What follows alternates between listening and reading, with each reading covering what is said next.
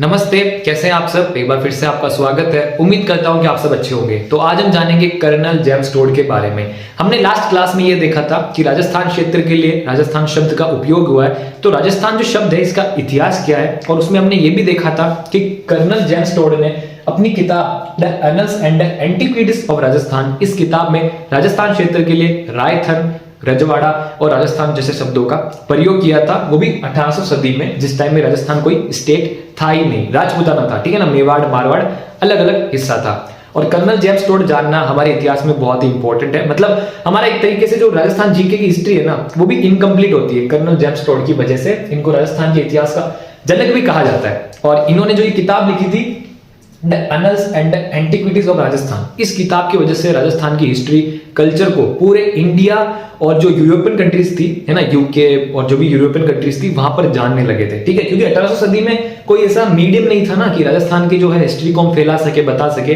वो काम इन्होंने किया और बहुत ही अच्छी तरीके से इन्होंने सबको जो है इस बुक में बताया, अच्छे से लिखा। तो आज हम इन्हीं के बारे में जानने वाले। तो कर्नल जेम्स टोड 1817-18 में जो थे अपने राजस्थान आए थे। लेकिन इनका आना क्यों हुआ, तो देखो क्या, तो सन 1817-18 में अंग्रेजों को यह था कि जो राजस्थान वाला जो एरिया है ना, ये बहुत ही इंपॉर्टेंट एरिया है उसके लिए। तो अंग्रेजों को इसको अपने साथ में लेना था। और इंपॉर्टेंट कैसे, देखो राजस्थान की बॉर्डर ऊपर सिख एम्पायर से, और इधर जो अफगान है, पाकिस्तान वाला इलाका जो यहाँ पर दूसरी जो सरकार है, वहां से मिलता है राजस्थान वाले एरिया। और जो मराठास जो थे, मराठा राजस्थान में अच्छी खासी लूटपाट मचा रहे थे। मतलब राजस्थान के जो राजा थे ना, मेवाड़ के राजा, मारवाड़ के राजा, आमेर के राजा, हाड़ौती के राजा, ये बाकी जो भी राजा थे बहुत सारे, जहां पर मराठों ने बहुत मतलब बुरी तरीके से लूटपाट मचाई, ये भी परेशान हो चुके थे। तो अंग्रेजों को ये था कि ये साथ में आ सकते, क्योंकि मराठों ने इनको भी परेशान कर रखा है। और एक रीजन ये भी था थोड़ा बहुत कि अंग्रेजों को लगता था कि कई मराठा और ये राजपूताना जो है ना, राजस्थान वाले, मारवाड़, मेवाड़, हाड़ौती, ये साथ में ना मिल जाए। तो ऐसे ही कुछ रीजन थे। ये तीसरा रीजन तो थोड़ा कम था, लेकिन वो दो वाले तो थे ही। तो ऐसे कुछ रीजन थे। तो अंग्रेजों को ये था कि राजस्थान जो क्षेत्र है ना, इसको अपने मिलाना है, मतलब इसको अपने साथ संधि करवानी, मिलाना, ये पूरा था, प्लान था। तो अंग्रेज में लॉर्ड हैसिंगटन नाम का एक आदमी था, उसने चार्ल्स मेटकॉफ नाम के एक आदमी को ये पूरा काम दिया कि राजस्थान वाला जो क्षेत्र है ना, मारवाड़, मेवाड़, हाड़ौती, आमेर, इसको जो है अंग्रेजों के साथ ट्रीटी करवानी है, संधि करवानी है, मिलाना है। तो ये पूरा उसको काम दिया था। तो अब उसको काम दिया था, तो उस आदमी ने, तो देखो काम दिया था, तो कोई भी अगर संधि होगी ना, तो उसके पहले बातचीत होती है, उनको कन्विंस करना पड़ता है, राजा को ये सब करवाना पड़ता है। तो कन्विंस करने के लिए जिस आदमी को भेजा गया था, वो थे कर्नल जेम्स टोड। ठीक है, तो देखो सिंपल सी बात है, कर्नल जेम्स टोड को राजस्थान क्यों भेजा था अंग्रेजों ने? कन्विंस करने के लिए यहाँ के राजाओं को कि ब्रिटिशर्स के साथ, अंग्रेजों के साथ संधि कर ले। ठीक है, और संधि पे जो साइन करवाए थे ना, कि फॉर्म लेके आएंगे, फॉर्म लेके आया, पूरा साइन करवाया कि अब आप हमारे साथ संधि कर रहे हो, वो साइन करवाए थे चार्ल्स मेटकॉफ ने। ठीक है, और कर्नल जेम्स टोड तो जो थे, उन्होंने कन्विंस करने के लिए यहाँ पे आए थे। तो ये बाकी जो मेटकॉफ वाला सिस्टम है ना पूरा, उन्होंने कैसे साइन करवाया, ये करवाया, ये हम आगे जानेंगे। तो अभी तो हमारा टॉपिक क्या है, कर्नल जेम्स टोड है। तो इस तरीके से कर्नल जेम्स टोड को राजस्थान भेजा गया था कि राजस्थान के राजाओं को कन्विंस करो ब्रिटिशर्स के साथ मिलने के लिए। तो अब जब कर्नल जेम्स टोड यहाँ पर राजस्थान आए थे, उदयपुर आए थे पॉलिटिकल एजेंट बनके, तो जब यहाँ पे वो आए थे, तो इन्होंने राजाओं से बात करी, तो इनको समझ में आ गया था। इन्होंने राजा से बात करी कि मराठा को हम खिलाफ है, तो आपको हम जो है हमारे अंग्रेजों के साथ मिलाना चाहते हैं, हमारे साथ मिल जाओ, क्योंकि मराठा यहाँ पे लूटपाट मचा रहे बहुत ज्यादा, हम जो है आपको सुरक्षा दे देंगे, हमारी संधि हो जाएगी। और संधि में ये था कि राजस्थान वाला जो मेवाड़, मारवाड़, हाड़ौती, जैसलमेर, आमेर, ये जो है ना, इनको प्रिंसली स्टेट बना दिया जाता था। क्या होता, प्रिंसली स्टेट बना देते थे। तो जो इनका बाहर का जो कंट्रोल होता था, एक्सटर्नल अफेयर, ठीक है ना, बाहर युद्ध करना है, बाहर ट्रेड करना है, ये सब अंग्रेजों के हाथ में था। बाकी अंदर आप कुछ भी करो, अंदर आप कोई भी बिजनेस करो, कितना भी टैक्स लो, ये सब राजाओं के हाथ में था। तो ऐसा पूरा सिस्टम था। तो ये सिस्टम अंग्रेजों ने, मतलब कर्नल जेम्स टोड ने वहां के राजाओं को बता दिया था। अब राजस्थान के जो राजा थे ना, उस समय उनका भी बहुत बुरा टाइम चल रहा था। ठीक है ना, इतनी पावर रही नहीं थी। और कोई भी किंगडम हो, हम कभी ना कभी वो ऊपर रहता है और कभी ना कभी वो नीचे भी आता है। ठीक है ना, ऐसा नहीं कि हमेशा वो पावर में रहेंगे, नीचे भी आते। तो राजस्थान का वही टाइम चल रहा था, बहुत कमजोर पड़ चुके थे उस समय। जो थे मराठा आक्रमण करते थे, लूटपाट करके चले जाते थे, और राजस्थान के राजा कुछ कर भी नहीं पाते थे, बहुत हद तक परेशान हो चुके थे राजस्थान के राजा। तो जब ये कर्नल जेम्स टोड ये ऑफर लेके आए कन्विंस करने के लिए, तो राजस्थान के राजाओं ने हंसी खुशी मान लिया। ठीक है ना, उन्होंने कहा कि मानना ही पड़ेगा, कोई ऑप्शन था नहीं। बाकी मराठा लूटपाट मचा रहे हैं, बचा तो पा ही नहीं रहे, वो लड़ तो पा ही नहीं रहे राजस्थान के राजा, तो उनको ये जो था ये सब स्वीकार करना पड़ा था। ठीक है ना, इसलिए 1817-18 में आप देखोगे कि राजस्थान के लगभग सब राजाओं ने संधि कर ली थी। तो उस समय कर्नल जेम्स टोड को ये समझ में आ गया था कि यार ये संधि तो आसान काम है, ये तो पहले से परेशान है, जो संधि बंदी तो ये करनी है। तो कर्नल जेम्स टोड यहाँ पे आए, और जब वो यहाँ पे आए तो धीरे धीरे उन्होंने क्या देखा, तो देखो कर्नल जेम्स टोड यहाँ पे आए ना, तो उस टाइम फोन वोन तो कुछ था ही नहीं, तो राजा से जो बात करनी होती थी कन्वेंस की, वो दिन में 10-15 मिनट होती थी, बाकी खाना वाना खाना ये सब करना, फिर तो वो फ्री है ना। तो जब वो फ्री होते थे ना, वो फ्री टाइम में राजस्थान के कल्चर के बारे में जानने लगे। जैसे राजस्थान में जोहर होता है, तो उन्होंने कहा कि जोहर क्या होता है। जब उनको कर्नल जेम्स टोड को जोहर के बारे में पता लगा, वो शौक हो गए। उन्होंने अलग अलग कल्चर के बारे में जाना कि कैसे राजस्थान का इतिहास है। 8,000 की सेना 80,000 की सेना के लिए खिलाफ लड़ गई, हल्दी घाटी का युद्ध, दिवेर का युद्ध, ऐसी बहुत सारी उन्होंने चीजें जानी। और जो कर्नल जेम्स टोड थे वो पूरे हक्के बक्के रह गए, मतलब चौंक गए, और उनको इंटरेस्ट आ गया कि अब तो राजस्थान के कल्चर को अच्छे से जानना है, अच्छे से इसके बारे में जो है पता लगाना है। ठीक है, तो 1817-18 में ऐसे कर्नल जेम्स टोड का राजस्थान में आना हुआ, राजस्थान में कदम रखना हुआ, और वो सब तरफ जाते हैं। ठीक है, मेवाड़, जैसलमेर, अपने आमेर और हाड़ौती, ये सब तरफ से जाते हैं, वहां पर कन्विंस करके आते हैं, और कन्विंस जल्दी हो ही गए। और कन्विंस के साथ उनको जो था इंटरेस्ट भी था राजस्थान के कल्चर में, कि मतलब कैसे आदमी है ये, ठीक है ना, सामने 80,000 की सेना है और इधर 8,000 की सेना है, फिर भी लड़ रहे हैं, जोहर कर रहे हैं। इतनी गौरवमयी चीजें थी, वो शौक हो गए थे कि यहाँ की मिट्टी अलग है, यहाँ का हर राजा जो है एकदम शेर है, ऐसा इनकी किताबों में भी लिखते हैं। तो ऐसे धीरे धीरे करके इन बातों की वजह से इनमें इंटरेस्ट जगा, और धीरे धीरे इन्होंने सोच लिया कि अब तो जो है राजस्थान पे पूरी जो इतिहास पे है, राजपूताना के इतिहास पे किताब लिखनी पड़ेगी। इसलिए धीरे धीरे ये क्या करते थे, जब 17-18 में आए थे तो ये आते थे, राजा से 15-20 मिनट बात करते थे, ठीक है ना, खाना पीना खाया, और अपना घोड़ा लेकर निकल जाते थे, ठीक है ना, घोड़े पे तबड़ी निकल जाते थे, और खुद जाके देखते थे, एग्जामिन करते थे, खुद जाके चीजें देखते थे कि कोई शिलालेख है, कोई ग्रंथ है, उसको समझना, पर्सनली जाके देखते थे। इसलिए इनको क्या कहने लगे, घोड़े वाले बाबा इनको कहने लगे कि ये तो भाई खाना खाता है, राजा से 10-15 मिनट बात करता है और निकल जाता है घोड़े पे, ठीक है। और घोड़े लेके गांव वालों के बीच में भी निकलते थे। गांव वाले क्या कहने लगे वहां के, ये तो घोड़े वाले बाबा है। और घोड़े पे क्यों निकलते थे, क्योंकि पर्सनली ये चीजों को जान सके, शिलालेख को देख सके, इतिहास को अच्छे से जान सके। और इनको है राजस्थान के इतिहास का जनक भी कहा जाता है ना, जनक भी कहा जाता है, क्योंकि एक बड़े क्षेत्र का।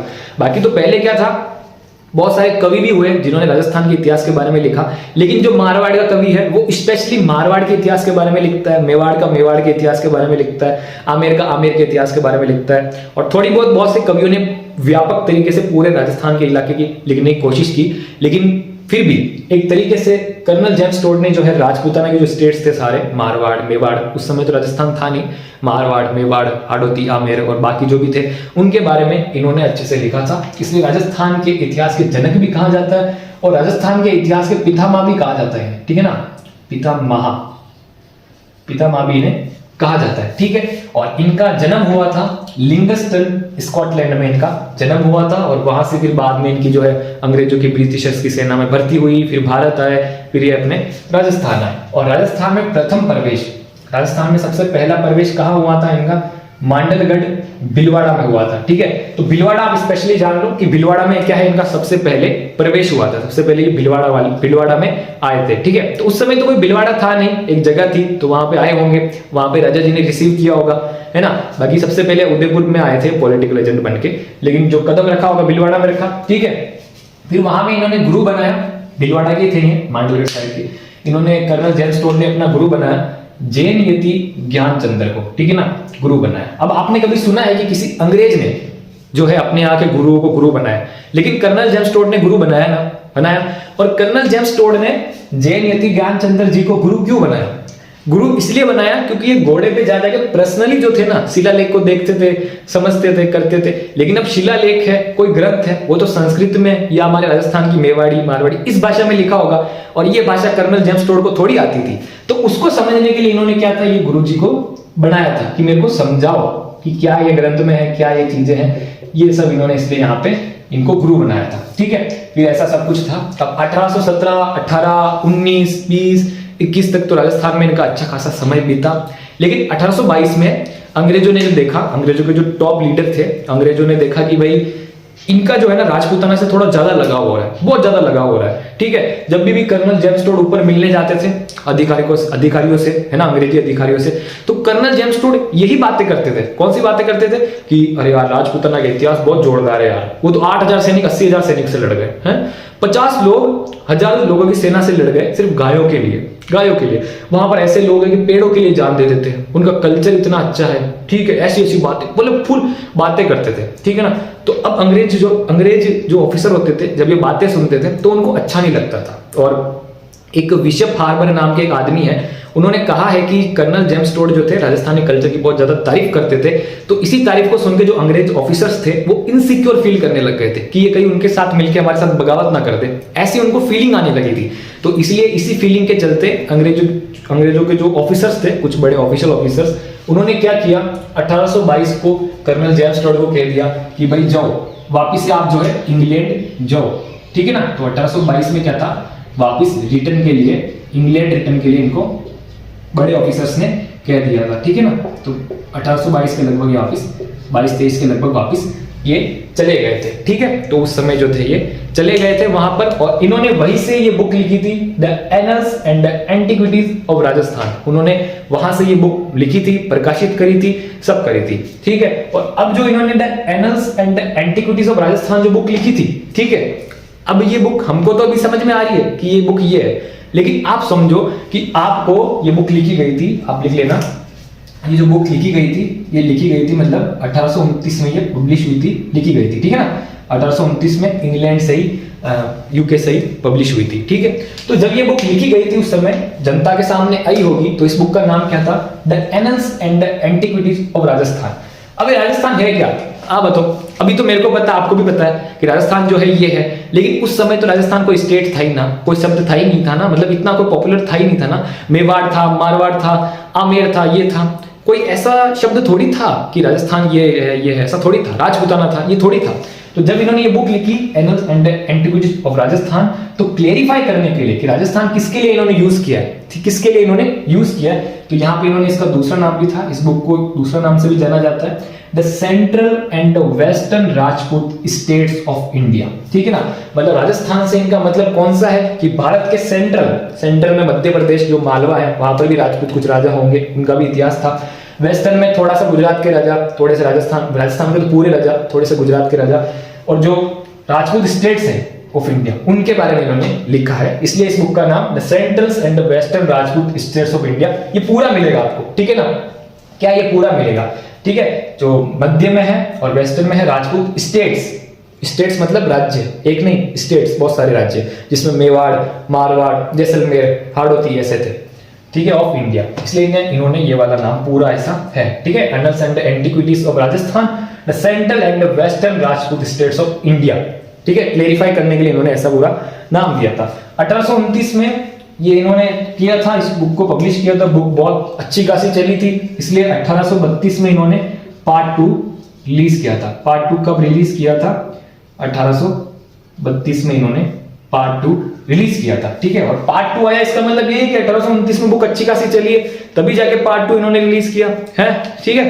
और 1832 में इन्होंने पार्ट 2 रिलीज किया, और फिर 1835 के लगभग इनकी डेथ हो जाती है, ठीक है ना। 1835 में क्या हो जाती है, इनकी डेथ हो जाती है, 1835 डेथ हो जाती है। और इस बुक का हिंदी में अगर आप अनुवाद देखोगे तो डॉक्टर हीरा शंकर ओझा जी ने इसका सबसे प्रथम बार जो है हिंदी में अनुवाद किया था, ठीक है। हीरा शंकर ओझा, यहाँ पर हिंदी लिखता हूं, ठीक है। हीरा शंकर ओझा जी ने प्रथम बार इसका जो है हिंदी में अनुवाद किया था। और अगर आप आज इस बुक को देखोगे, मान लो आज आपको ये बुक पढ़नी है, खरीदनी है, मार्केट से खरीदोगे या ऑनलाइन ऑर्डर करोगे, तो आपको क्या दिखेगा उस बुक के फर्स्ट पेज पे, 1920 विलियम क्रुक, ठीक है ना। विलियम में हिंदी में लिखता हूं, क्या नाम दिखेगा आपको, विलियम क्रुक का नाम दिखेगा कि पब्लिश की गई है विलियम क्रुक, ठीक है ना। विलियम क्रुक ने पब्लिश किया। तो विलियम क्रुक का नाम आपको क्यों दिखेगा, क्योंकि 1920 में विलियम क्रुक ने इसको वापस सही से मतलब एडिट करके, जो पेज थे कुछ उड़ गए थे, कर गए थे, एकदम फ्रेश तरीके से वापस 1920 में प्रिंट करवाई थी, पब्लिश करवाई थी। किसने, विलियम क्रुक ने। The annuls and antiquities of Rajasthan वापस से इन्होंने कराई थी 1920 में। तो अभी अगर आप मार्केट में खरीदने जाओगे या ऑनलाइन ऑर्डर करोगे तो आपको विलियम क्रुक का नाम देखने को मिलेगा। तो 1920 में इन्होंने प्रिंट करवाई थी, ठीक है। और तो जब 1822 में कर्नल जेम्स टोड वापस चले गए थे राजस्थान को छोड़ के, तो बहुत से लोग ये कहते हैं कि जब वो 1822 में गए थे, 22-23 में जब वो गए थे, तो उस समय बहुत से लोग ये बताते हैं कि ऊपर से प्रेशर था उनके ऊपर, जैसे मैंने अभी आपको पहले बताया कि ऊपर से प्रेशर था। और बहुत से ये भी बताते हैं कि उनकी हेल्थ खराब थी, उनकी हेल्थ बिल्कुल खराब हो चुकी थी, मतलब बिल्कुल तो क्या, वो सांस लेने में दिक्कत, बहुत सारी प्रॉब्लम्स हो रही थी, और हेल्थ खराब होने की वजह से जो थे वो मेंटेन नहीं कर पा रहे थे, काम नहीं कर पा रहे थे, ये नहीं कर पा रहे थे, इसलिए वो चले गए थे, ऐसे कारण बताए जाते हैं। और जो ये किताब लिखी है, एक और किताब है इनकी, the travels in the western India. अब ये थी, पब्लिश हुई थी ये अपने 1839 में। कब पब्लिश हुई थी? 1839 में पब्लिश हुई थी दी ट्रेवल्स इन वेस्टर्न इंडिया। तो 1839 में जब ये पब्लिश हुई थी ना, तो देखो 1835 में तो इनकी डेथ हो गई थी, तो 1839 में प्रकाशित कराई हुई थी जूलिया क्लटरबर्ग ने, जो कि इनकी वाइफ थी, ठीक है ना, इनकी वाइफ ने इसको पब्लिश कराई थी, जूलिया क्लटरबर्ग ने। और मानमोरी शिलालेख, और ये मानमोरी शिलालेख का मैं आपको बताता हूँ। देखो क्या था, the travels in the western India, मैंने आपको कहा था ये चले गए थे। तो जब ये गए थे ना 1822 में, तो ये पूरा घूम के गए थे, ठीक है ना, वेस्टर्न स्टेट्स, थोड़ा राजस्थान, थोड़ा सा गुजरात, और ऐसे घूम घूम के बॉम्बे पोर्ट पे वहां पर गए थे। तो ऐसा पूरा ये घूम के गए थे ना, वही जर्नी, सब कुछ वही इसमें the travels in the western India इन्होंने लिखा है। 1839 में इनकी जूलिया क्लटरबर्ग, इनकी वाइफ ने प्रकाशित करवाई है। और कहते हैं कि ये बुक जो इन्होंने समर्पित करी है, ठीक है ना, वो करी है विलियम हंटर को, ठीक है, विलियम हंटर ब्लेयर को इन्होंने समर्पित करी है। और जो ये घूम कर गए थे ना पूरा, तो वो पूरा इन्होंने यहाँ पर लिखा है। और ये अपने साथ में क्या था, मानमोरी का एक शिलालेख था, ठीक है ना। शिलालेख क्या होता है? पत्थरों पे लिखा हुआ होता है। तो एक बड़ा सा पत्थर था मानमोरी का शिलालेख, जो इनको मिला था मानसरोवर झील, ठीक है ना, मानसरोवर झील के तट पर, चित्तौड़ में मानसरोवर झील के तट पर इनको मानमोरी का शिलालेख मिला था।